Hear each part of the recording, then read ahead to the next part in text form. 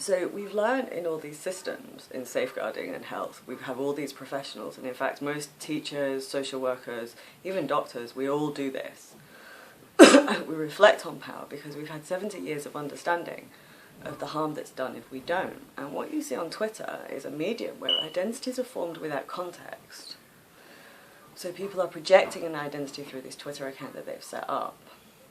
And particularly the likes of Owen Jones and the Karen and Garla Smiths and the Dawn Fosters, they believe that they are in an environment where there are no power dynamics between them and the people. So they forget now. They've decided we're no longer the institutions that are shaping a country. This is about our personal interactions.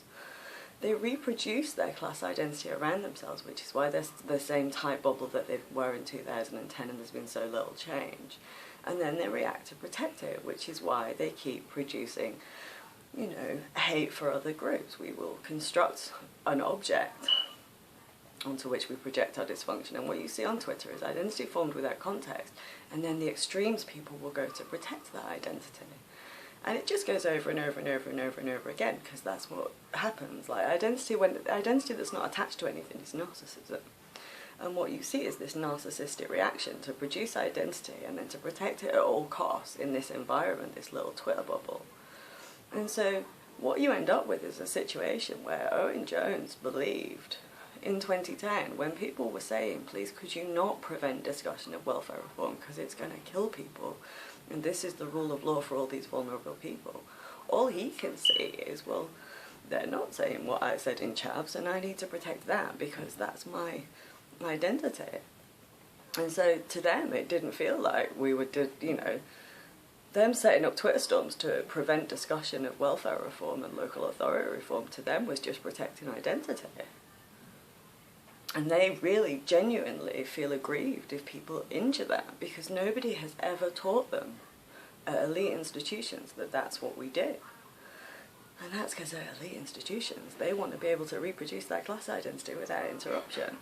And so what Twitter has shown is that the first time this media class have introduced a social dimension to political communication, they have also had to introduce abusive behaviour. And they keep reproducing this, and turf is just the latest way. And they have not only now placed their entire identity on local authority reform and welfare reform not existing, and us, you know, but they have encouraged very vulnerable people through trans rights activism to place their identity entirely on these systems not existing and react violently to protect that. And that's the tension that we're in at the minute.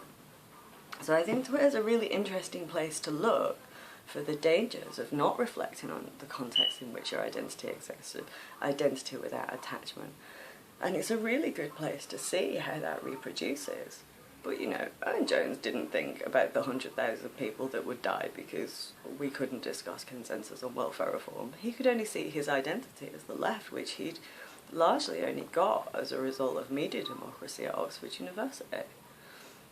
And what you also see on Twitter is how this class identity, how they react to, you know, the fact that they're still tight in the same bubble that they were in 2010 is fucking remarkable.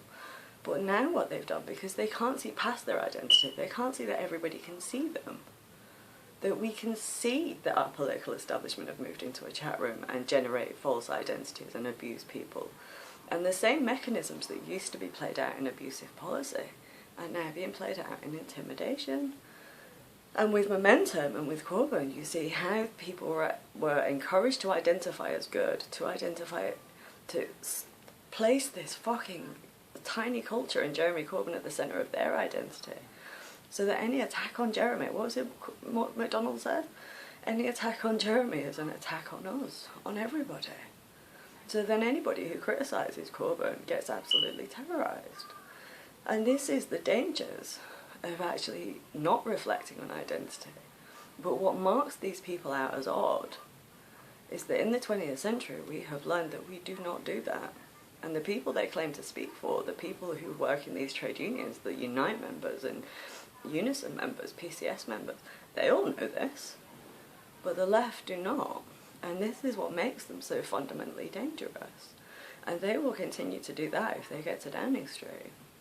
And they don't mind that 100,000 people have died, because they can't even see those people. They wouldn't mind if it was 1 million.